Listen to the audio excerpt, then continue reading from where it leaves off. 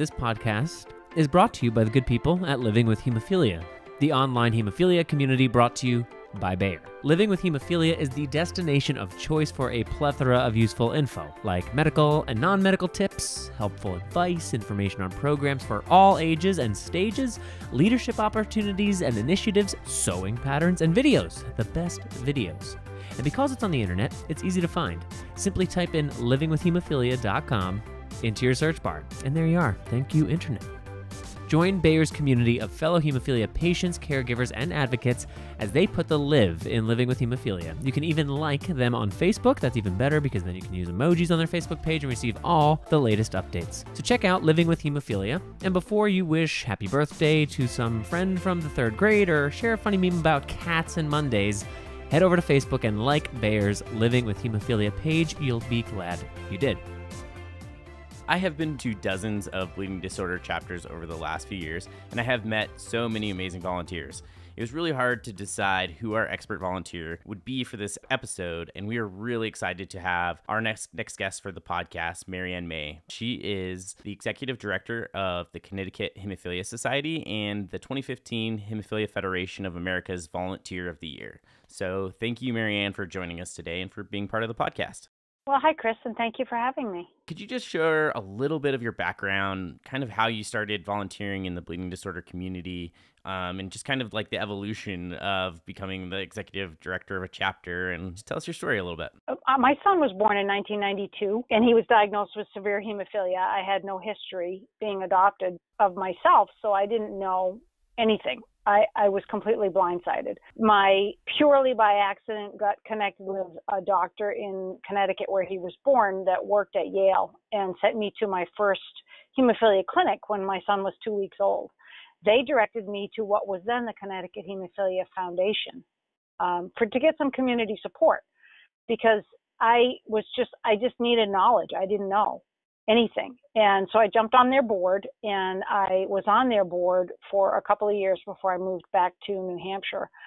The chapter folded in the mid-90s and reformed in 2010. So where I live in New Hampshire, I can't get anywhere in any amount of time. So I figured I could hit their board meetings just as easy. It was easier for me to go there than it was to go to the New England Hemophilia because that was in Boston. And all I had to do was hop on 91 to get to the Connecticut chapter. So I got back on the board. That's the short version.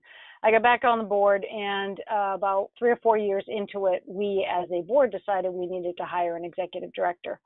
And so I applied, and here I am, 3+ years later, full-time director of a chapter. Still, you know, it's a difficult, it's a challenge to switch from being a volunteer to being a paid person because you don't think, my first thought isn't, oh, if I'm going to go to this event, you know, someone's going to help me get there. My first thought is, how do I do this? Like, how do I reach out? How do I help? So I think that a lot of my background in volunteering is what makes me who I am. It's what makes me do what I do to try to reach out to people because that's how I learned to do it. Did you have any desire, you know, prior to your son being born with hemophilia, to be involved in any organization like this? Were you volunteering before that for anything else? Like, what kind of inspired you to get involved? I guess I've always been like a joiner. You know what I mean? I like to do things if I'm at an event, and I like to be a joiner in the background, I guess.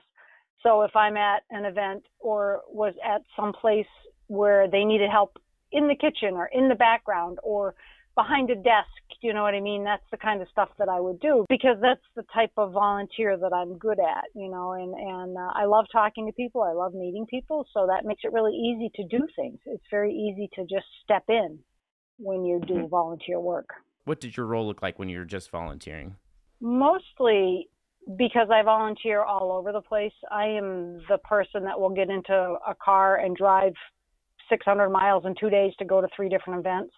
So it wasn't necessarily just volunteering with Connecticut. It was volunteering at NEHA camp, and it was volunteering with the Hemophilia Alliance of Maine when they had events, being the person to be at the table to welcome people, you know, registering people for events when there would be like a fall fest, spring fest, or a camp, or I like to greet people. I like to make people feel welcome. And I think that that's really important in any kind of volunteering or any kind of job or anything that you do. Because most of us walk around wondering what the heck's going to happen next. And if there's someone there with a smile, that helps.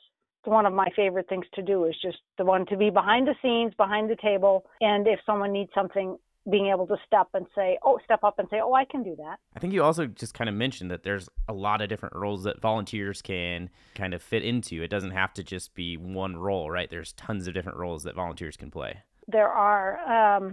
Any board, any committee, any group needs people to organize. So if you're having an event coming up, you need someone that can be the face of that organization to organize the event. There are people that are in the background that can send out flyers. There are people that are in the background that can make phone calls. Personally, a lot of times when there's an event, I'm the one that just shows up. I mean, for me, volunteering doesn't mean I have to have a specified role. What it means is that if I just show up and there's a space to be filled, then I can fill it. So volunteering can be anything from having that role, being that person, being that go-to, to being the person that just happens to be there to say, anywhere you need me, please put me. So it covers a broad range, and it really does fill in all the blanks. There's a lot of holes when events take place. There's a lot of things that need to be covered, but you often don't know about them until the day of. You may not know until you walk in the door that, oh my goodness, I need somebody to fill the coffee pot, or oh my goodness, I need somebody to check these boxes as people walk in, but you don't know that. So sometimes just having someone walk in and say, hey, do you need me somewhere, is the best way to volunteer. As a volunteer, that's the kind of role you fit into, right? You just helped out wherever needed. You were just available. That's awesome. And as an executive director, you say that's probably some of the most helpful volunteers you could have. So how do you make sure you cultivate volunteers and have volunteers that are able to be at events and help you? Like, how do you look for that as an executive director? What do you look for, and how do you encourage people to volunteer? Sometimes a simple thank you is the best thing you can do. Sometimes you walk up and you clap them on the shoulder, or you give them a big hug and say, thank you, I couldn't have done that without you. You know, and it's good to get the prizes, the awards, the certificates. I know that when I first joined the board for the Connecticut Hemophilia Foundation, one of their annual meetings gave me an award, and I personally was mortified because it meant I had to stand up in front of people. But those are the little things. It's those little things, because I come across that all the time. You know, it'll be in a bookcase, or I'll find it in a box, and I'll go, yeah, that's why. That's why I started being involved as I did. It was this little piece of paper that said thank you. And you find those people and try not to burn them out. You know, it's easier for someone to come to you and say, do you need anything, than it is to repeatedly go back to the same people and say, would you, can you, will you? Because at that point, volunteer burnout's just as bad as any other burnout there is. But it's hard to say no. It is. It's definitely easy to just keep saying yes and yes until you're completely burnt out. I was actually going to talk about this later, but since we're already on the topic of burnout, you know, how do you avoid the dreaded burnout? You know, when you were volunteering, it sounds like as an executive director, you try not to just repeatedly ask the same people over and over again. But while you were volunteering, how did you manage to not burn yourself out, and how did you find that balance? It's okay to say no. It's a very difficult thing to be able to just, when someone asks, because people are volunteers by nature. There are those that will volunteer to do anything at any time. But at some point in time, it's okay to be able to learn to say, no, I'm sorry, I just can't do that. Or no, I don't have time. Or no, that just doesn't fit my skill set. Because one of the biggest reasons we get burnout is because we continue to try to do something that we're just not capable of doing. By being able to say no, or ask me next week, or that's just not something that I'm comfortable with. It's a hard thing to do. That's almost harder than stepping up and talking to strangers, is to say no to someone that you care about. But it's super important, especially with our super busy lives. I mean, we're parents, and we're children, and we're brothers and sisters and bosses and employees, and And so to take the time out of your life to be a volunteer, you have to be able to know where your boundaries are and know when to say no. Did you ever have a moment where you did burn out and you had to like kind of learn that lesson a hard way, about being able to say no? Yeah, I think I've probably had it repeatedly because, my learning curve is pretty high. I'm not going to say specifically times, but especially when my son was very young, because it's a lot of work raising a kid with a chronic illness, as we all know. And having to say, oh my God, I need to be at event A, but oh my God, my kid is bleeding. I got to take him to the hospital. So sometimes it's forced, and it gave me the skill set to say, I'm just too tired. I just don't have the time. I don't have the energy. And it's expensive sometimes volunteering. If for me here in New England, we have 6 states, which, as I've said, I can put 500 or 600 miles on a car in 2 days going from place to place. And you're buying food and you're putting gas in, and sometimes you're getting a hotel room, and it can be expensive, and you have to really learn what your boundaries are.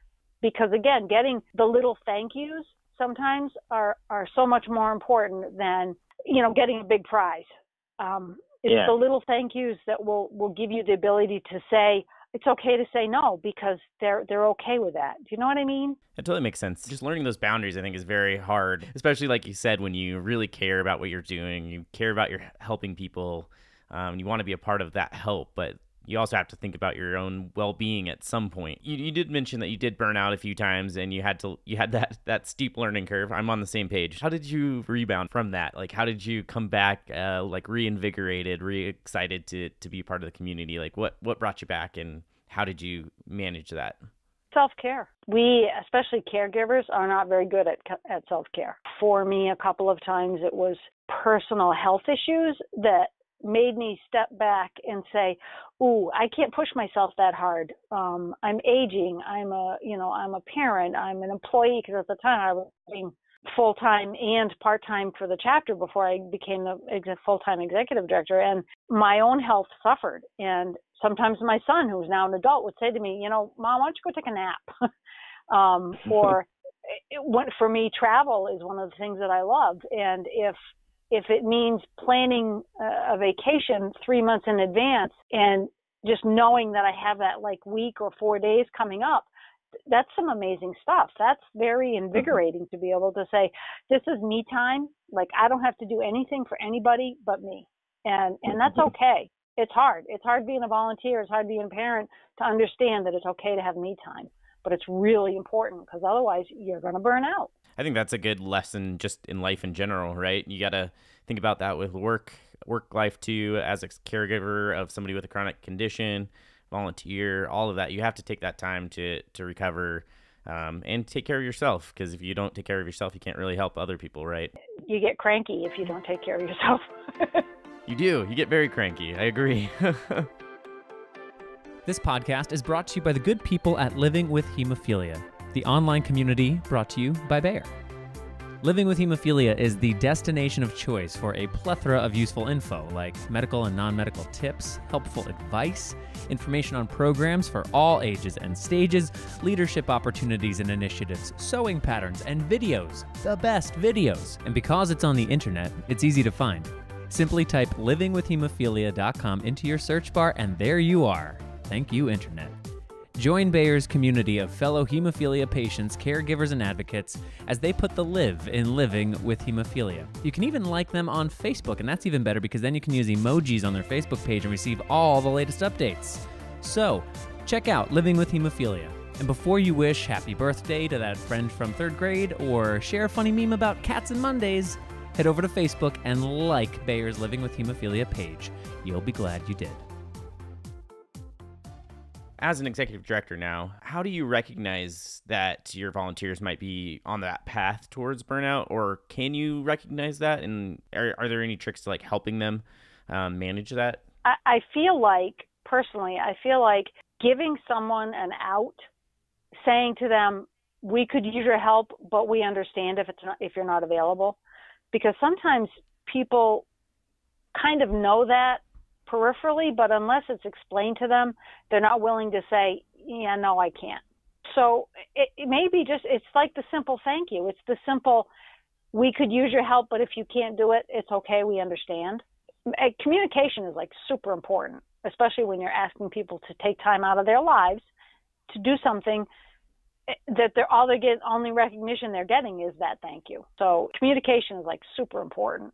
Yeah, that makes a lot of sense. Just letting them know that there is an option to say no. I think people generally, like you said, want to help. They want to be part of the community. They want to help people any way they can. So just knowing that saying no is an option is really cool. That's a really smart way to prevent burnout. That's great. As a part of a family that's affected by a bleeding disorder, why do you think it's important to volunteer time for our community personally? There's so many organizations out there that you can volunteer for, but as somebody specifically affected by bleeding disorders, why should we focus on our community? And what do you think we can get out of that as volunteers? I think that it does come back to, like you said, what can we get out of it? Because even though I'm volunteering maybe time, energy, whatever cost it is for me to do something, I'm also getting return, like 3 times the return. Every time I hug somebody that I've known for the last 26 years, or every time I meet a new family and see them relax and be comfortable with us, that's my return. I have experience. I could volunteer for many organizations, and my experience would be, well, I live with chronic illness myself and in my child, but my experience is with bleeding disorders. That's where my experience lies. So when someone says, what do I do because his mouth won't stop bleeding, and, you can tell there's that panic in the voice, you can say honestly and openly, I understand. I've been there. I've done that. Mm-hmm. So we give back to what we know, and we're best at giving back to what we know because it's not lip service. It's reality. This is my real life. So I do understand, because it's really super important that people know that there are other people out there that have been through what they're going through. Just like that's what happened for me, is I was able to meet families and people that could say to me, oh, just wait until he starts sledding. He's going to be a mess. And you go into panic mode, but then you understand their kid got through it. They got through it. So it's going to be okay. It's going to be okay. And that's sometimes really the best thing people can understand, is that it's going to be okay.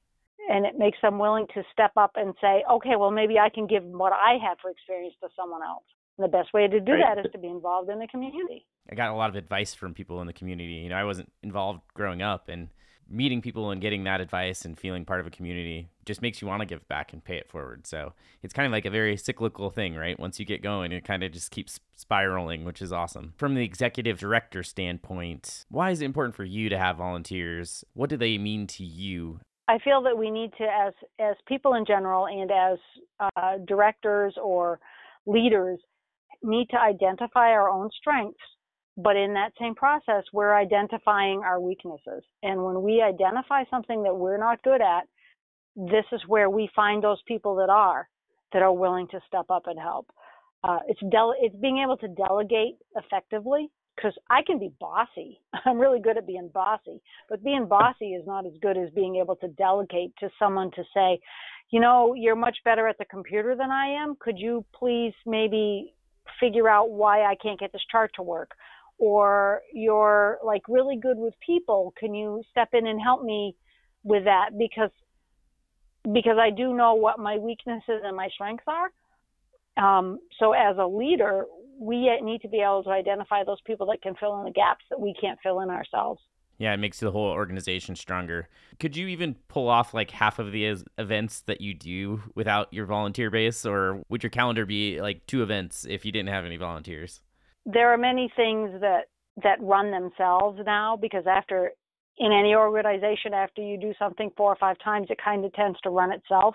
But there are those people that, person A is the one that sets up the annual meeting because that's their strength. Person B is the one that sets up this event because that's their strength. So no, nor would it be right for us to individually run things. It wouldn't be community. I mean, that's what community is having people do things. I think that it's super important to have those volunteers for the event to be a community-based event. Otherwise, it would be like my annual meeting. And who wants to go to that, right?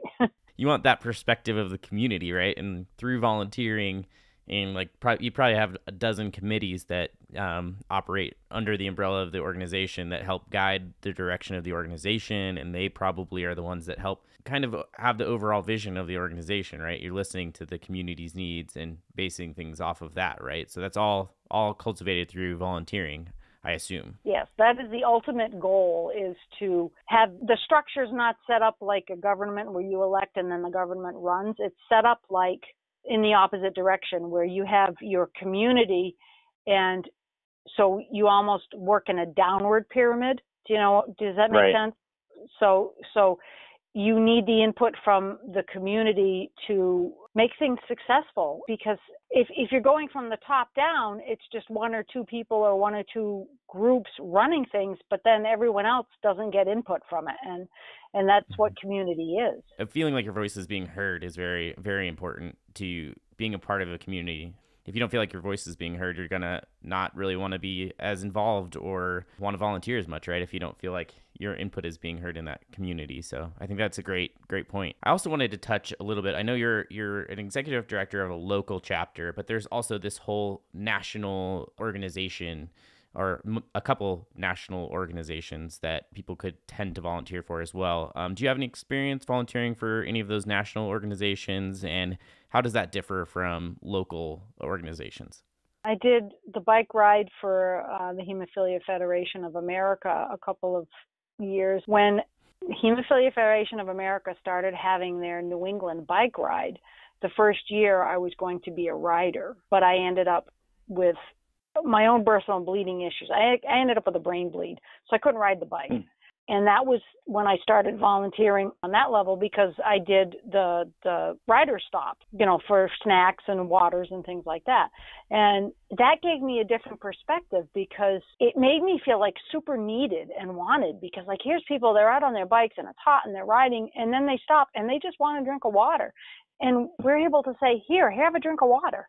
Do you know what I mean? So that was like really eye-opening for me to be able to help in that way, because that's something that I had never done before, because I'm not real sports oriented. I'm certainly not going to climb a mountain, Chris, but that's okay. but it gave me the outlook on like, where would we be if we didn't have those people on the sidelines and in the background to get things done? Like, where would we be?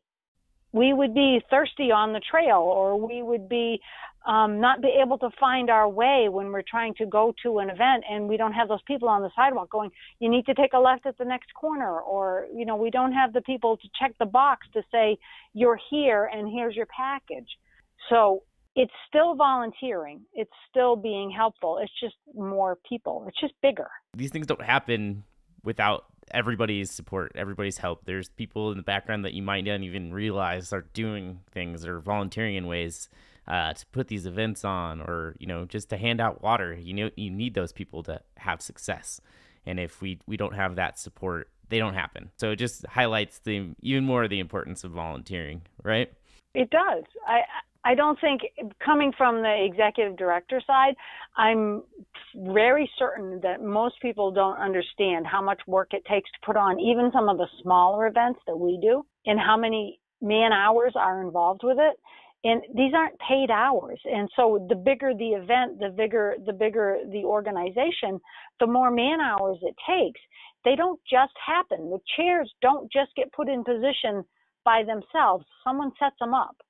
Someone doesn't, the coffee doesn't just magically appear there. Of course, where we pay for a lot of our events, they do. But do you know what I mean? Like, for a lot of these smaller events, someone has to go and pick up the food. Someone has to bring the laptop. Someone has to turn the lights on. Events and things don't just happen. There are bodies involved behind it. But we're so accustomed to things being done that I don't think that everyone sees beyond that there's someone that actually physically has to do this. It doesn't just happen all by itself. And that's where the volunteers come in.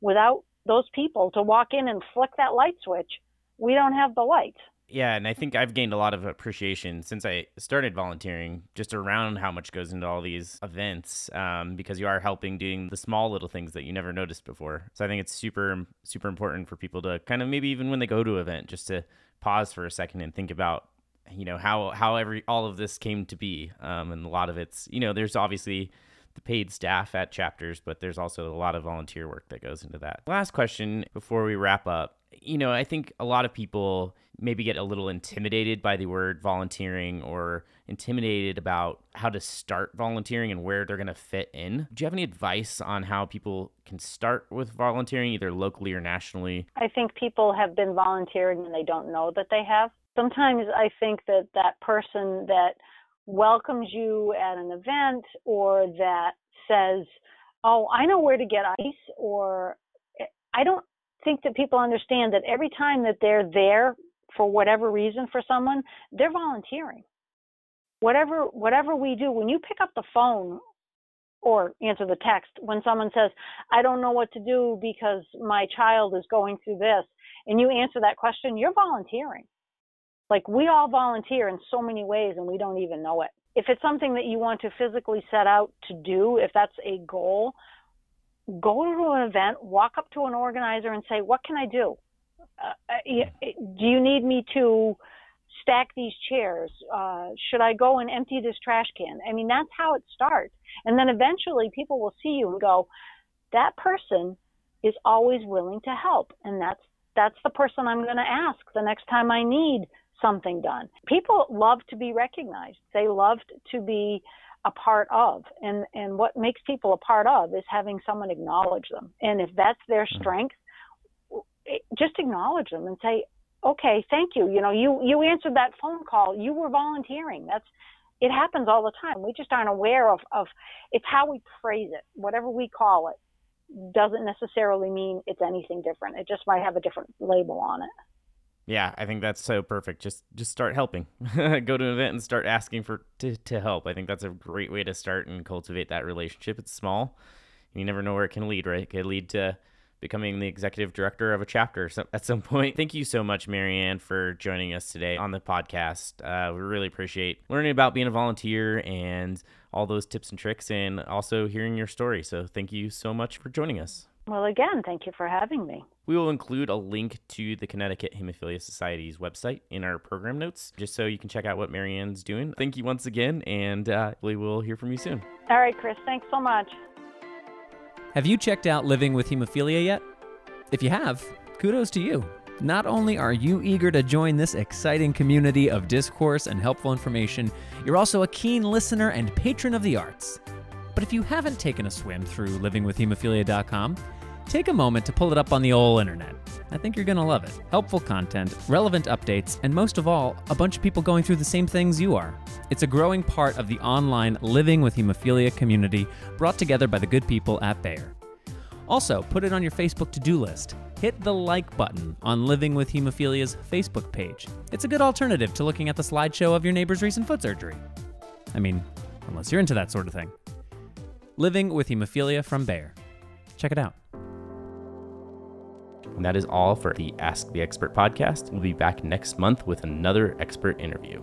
BloodstreamMedia.com is your one-stop shop for all of Bloodstream Media's podcasts for the bleeding disorders community. Once on BloodstreamMedia.com, don't forget to follow the links to subscribe to the Bloodstream podcast, Ask the Expert podcast, Powering Through podcast, and the Bloodline podcast on iTunes, Stitcher, Spotify, or wherever you listen to podcasts. Have an idea for a future episode of Ask the Expert? Have a question you would like to hear an expert answer to? Email us at mailbag@bloodstreammedia.com. You also find Bloodstream Media on Facebook at facebook.com/Bloodstream Media and on Twitter at Bloodstream Info. This episode of Ask the Expert was written by Chris Bombardier, produced by Patrick James Lynch, Rob Bradford, Joshua Sterling Bragg, Alva Friedman, and Colby Crow. Artwork by Ryan Geelan and Katie Wright Mead, and the Ask the Expert pod is edited by Allison Stoney. I'm your host, Chris Bombardier, and until next time, keep on climbing.